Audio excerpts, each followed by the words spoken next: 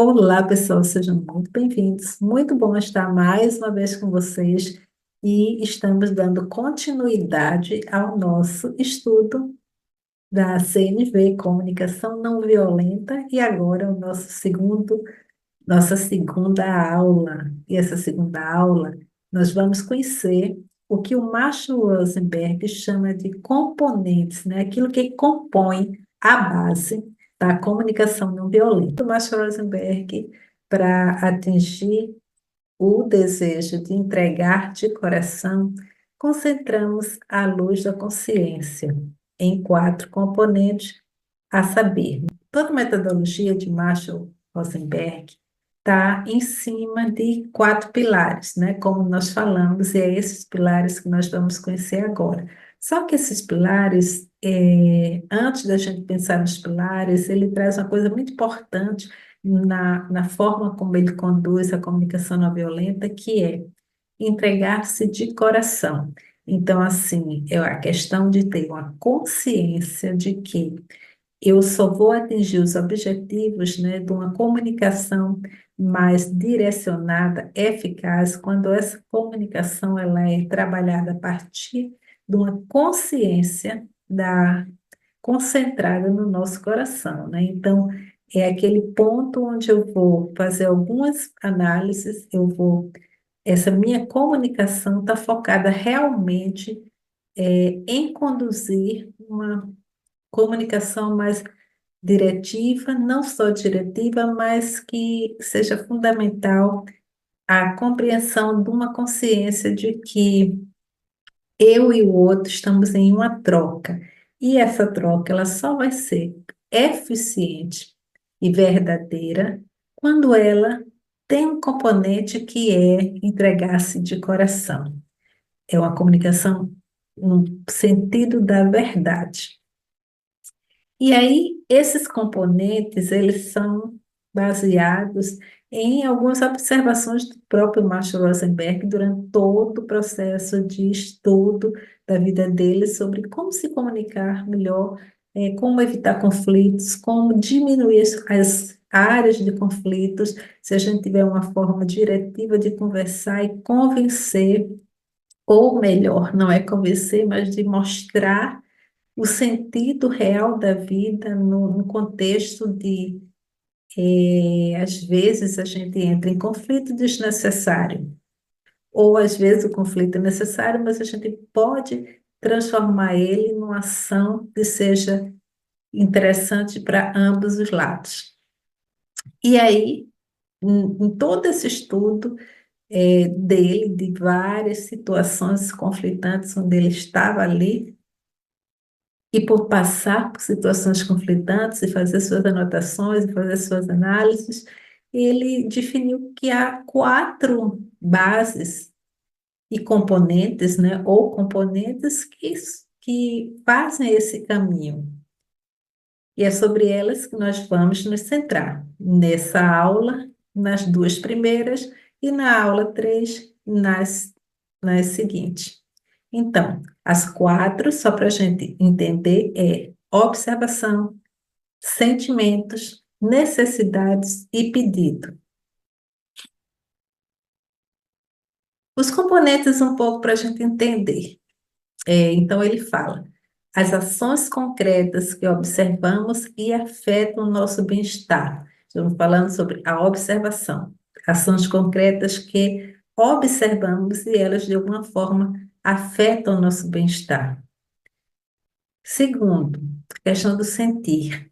Como nos sentimos em relação ao que observamos, né? Então, quando estamos, por exemplo, numa área de conflito, uma discussão que já está passando do ponto, né, de entendimento para evoluir para algo difícil de solucionar, é nesse momento quando ele diz, é preciso observar e também pensar qual é o meu sentimento nesse momento, né? Como é que eu estou, o que eu estou sentindo. Esse sentir é muito importante para que possa ser direcionadas ações concretas na resolução do conflito. Necessidade. E aí, os conflitos, ou as discussões, elas sempre estão relacionadas, o mal entendido numa comunicação, estão relacionadas sempre em necessidade de ambas as partes, os valores, pessoas têm valores diferenciados, então eu faço entendimento de algo, o outro faz entendimento de outra forma, e os sentimentos que isso gera, né? Então, um conflito entre pai e filho, por exemplo, vamos dizer um conflito de geração. Então, ao pai é observada as necessidades que são do pai e as necessidades que são do filho. Os valores que começam a diferenciar por conta da faixa etária diferenciada e também as questões relacionadas ao que ambos estão querendo, para que essas relações tenham entendimento. E ações concretas, então, o pedido, são as ações concretas que podem ser utilizadas naquele processo para ver as coisas voltarem a funcionar da forma que elas precisam funcionar. Então, ações concretas que pedimos que para nos enriquecer a vida. E uma coisa importante, trazendo exemplo para que a gente possa compreender melhor, é o observar sem julgar. Quem consegue, vamos lá, alguém aqui consegue me dizer se você já consegue observar sem julgar? Na frase um a gente tem: o Senhor é generoso demais. E na frase 2, quando vejo dar aos outros todo o dinheiro do almoço, acho que está sendo generoso demais. Observe que aqui está se falando da mesma coisa, mas na frase um, o Senhor é generoso demais. Eu estou julgando. Já cheguei a uma conclusão: o Senhor é generoso. E quando eu entro num tom onde eu digo assim, eu acho que o Senhor está sendo generoso, eu estou dizendo o que eu acho, mas eu não estou afirmando ser aquilo, né? Então, esse é observar sem julgar. Eu posso fazer uma observação, mas eu não tenho que ser concreto naquilo de dizer, né? Fulano é isso. Não, ele pode não ser. Então a gente tem que entender e quando é que a gente consegue, de certa forma, ter não julgar tanto, é se ver no outro, é imaginar como o outro sentiria sendo também julgado por mim, né? Então, isso é se colocar no lugar do outro, isso é um ponto bem legal para que a gente possa começar a ter mais cuidado sobre isso. E esse é um exercício, inclusive, né, da gente buscar cada vez mais, antes de julgar, observar melhor sobre aquilo e observar os diversos pontos que aquilo pode ter, né? Isso é um exercício muito interessante. E aqui vamos aos sentimentos. Então, voltando, só para a gente fechar aqui a questão voltando para observar.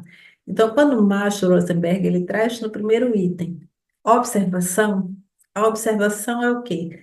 Antes de eu fazer qualquer julgamento, ou antes de eu entrar numa discussão já de cara, né? Eu preciso parar um pouco e analisar por que aquela questão chegou àquele ponto, por que eu vi aquilo daquela pessoa desnecessário, porque alguém me agrediu, quando eu simplesmente fui, sei lá, pedir alguma coisa, eu vi uma agressão, porque alguém veio com palavras ríspidas para cima de mim. Então, antes de trazer isso para o meu campo, para mim, como sendo, eu estou recebendo isso, eu preciso olhar o outro para ter o entendimento de que o que está fazendo ele ter essa visão de mim, o que está fazendo ele trazer essa percepção, o que está fazendo com que isso aconteça nesse momento, quais são as circunstâncias que levaram a esse ponto. Eu, de alguma forma, incentivei isso. Gente, a gente tem que parar e refletir, sabe? Então, não sempre achar que as coisas acontecem porque vêm de fora para nós. Não, as coisas acontecem porque, de alguma forma, a gente também fez algum movimento para que aquilo acontecesse. Então, é muito importante a gente também ficar atento, não só a aquilo que a gente fala, e também aquilo que a gente está ouvindo. E de que forma a gente está ouvindo. Observa melhor. Observa. Não julga antes da observação concreta daquilo. A questão do sentimento. Então, a gente falou sobre observação e agora vamos falar sobre sentimento. O sentimento pode revelar nossa vulnerabilidade. Então, muitas vezes é bem complexo quando a gente vai falar sobre sentimento, né? Então, muitas vezes, numa discussão, o único sentimento que a gente tem é de raiva. Mas aí é quando ele fala, né? O Marshall Rosenberg diz existe muito mais do que essa sensação da raiva, né? Porque essa raiva embutida nela tem uma outra coisa por trás, né? Então, muitas vezes, o sentimento pode revelar a nossa própria vulnerabilidade. E aí vem aquela questão: você seria capaz de se mostrar vulnerável? Né? Porque o vulnerável é o quê? Muitas vezes você pode julgar alguma coisa, então vamos lá na observação, eu julgo. E julgo e caio para cima do outro.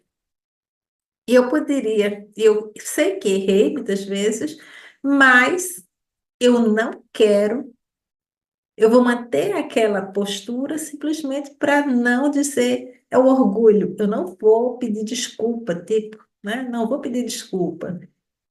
Mas o homem grande, né? E o Marshall Rosenberg ele traz isso, é aquele que se mostra vulnerável e diz, poxa, errei, me perdoe, né? Então, o perdão é algo muito, muito, muito bonito e abre muito o campo do coração. Então, a gente também tem que entrar no entendimento de que, quando eu estou errado, eu tenho também que baixar a guarda e dizer, eu errei, tá? Então, isso é um pouco do que o Marshall traz como o entendimento de uma comunicação verdadeira, né?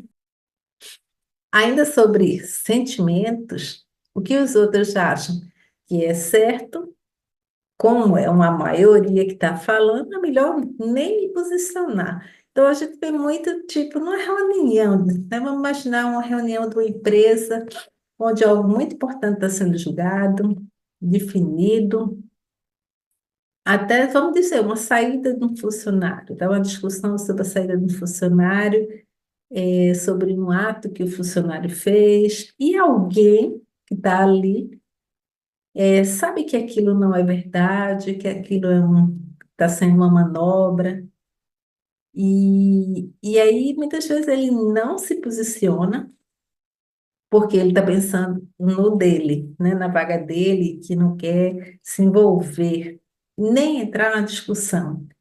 Então, isso também é uma quebra de comunicação, né? Porque você poderia ter dado um apoio a alguém e aí você não se posiciona.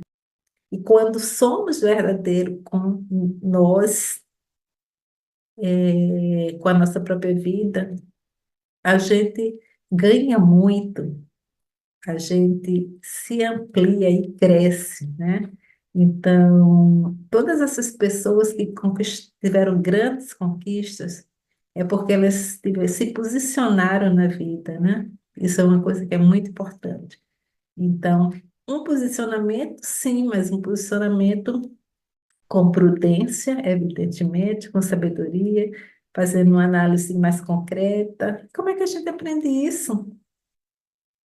Então, a gente aprende, o Márcio diz bem claro, escutar teu coração, né? Verdadeiramente escuta teu coração. E tenta falar com a voz mais mansa, às vezes uma voz, né, muito estridente, é, mostra um pouco de desequilíbrio. Então, quando a gente também tem que trabalhar essa questão das entonações, né, da fala, e essa entonação vai dando a gente esses caminhos, e como a gente aprende, vai aprendendo trabalhando isso, se permitindo vivenciar situações e formas de falar, ouvindo o outro, prestando atenção na comunicação de como as pessoas se comunicam, tudo isso é ponto para a gente crescer. Continuando, ao escutar uma mensagem negativa, como você se sente? Ainda sobre a questão de sentir. O Marshall Rosenberg, ele começou a fazer uma análise sobre isso e ele traz 4 percepções. Por exemplo, quando eu escuto uma mensagem negativa, eu posso ter uma tendência de culpar o outro. Não, é fulano, fulano disse isso de mim. Só podia ser fulano, fulano não vale nada, fulano não presta, então começa a criar rótulos, né? O que a gente chama de rótulos, eu começo a rotulá-lo e jogo para ele, não sou eu. Eu não paro para observar que se chegou uma emissão de uma mensagem negativa para mim ou sobre mim, seria talvez um momento de eu parar e pensar, será que eu estou agindo de forma correta? Por que isso está vindo, né? Não, eu simplesmente digo, não, isso é com ele. Tá vendo que bem que eu disse que fulano não era legal, né? Mas antes disso, esse é que é o grande segredo, né? Eu acho que é de sabedoria. Antes de eu dizer, não, fulano, eu bem que achei que fulano não era legal, porque ele fez isso comigo, né? Ou ela fez isso comigo. Aí não, você vai dizer, calma, peraí, eu preciso analisar. Tem algo que não está casando, tem algo que eu preciso rever. O que é que eu estou passando de informação a partir da minha imagem para aquela pessoa, né? Tudo isso é importante. 2, perceber os sentimentos e necessidades dos outros. Então, é aquela história, chega uma mensagem, alguém fala alguma coisa de você ou vem me agredir. Antes de qualquer coisa, eu preciso entender qual é a necessidade que ele tem de fazer, ou ele ou ela, né? Tem que fazer aquilo. Quais são os sentimentos que essa pessoa está tendo? Ela está passando por alguma crise, né? Ela está com alguma depressão? Ela está vendo em mim algo que não corresponde ao que eu sou de fato? Então, tem uma série de coisas. E 4, perceber os próprios sentimentos e necessidades. Quando eu recebo uma comunicação que não é legal e que eu não me sinto confortável, eu preciso também perceber por que que isso mexe comigo, né? Então, é o autoconhecimento, como isso, por que isso, de alguma forma, mexe com meus sentimentos, né? Então, são pontos onde a gente precisa entender que comunicação é algo tão importante, né? O nosso processo civilizatório, ele está todo focado na comunicação, e aí a gente tem que ter esse entendimento do que, de fato, é traduzido nessa comunicação. Como eu estou, como o receptor recebe a minha mensagem, como a minha emissão da mensagem chega ao outro, como eu estou me comportando, né? Então, gestos, fala, forma de olhar, entonação de voz, tudo isso tem a ver com comunicação, né? E aí não é aprender a ser tudo isso, é se abrir para você mesmo, né? Se conhecer e fazer toda essa emissão a partir do coração, como o Marshall Rosenberg coloca. E eu espero que vocês tenham gostado do conteúdo. A nível de resumo, nós vimos 2 itens dos pilares da comunicação não violenta, que é a observação, ficar atento àquilo que você recebe como de informação e que te chega a nível de comunicação e como isso te afeta, sentimento, né? De que forma isso te afeta, né? Qual é o sentimento que eu tenho quando eu recebo alguma comunicação e se ela é positiva, o que é que eu sinto, se ela é negativa, o que é que eu sinto. Até a próxima aula.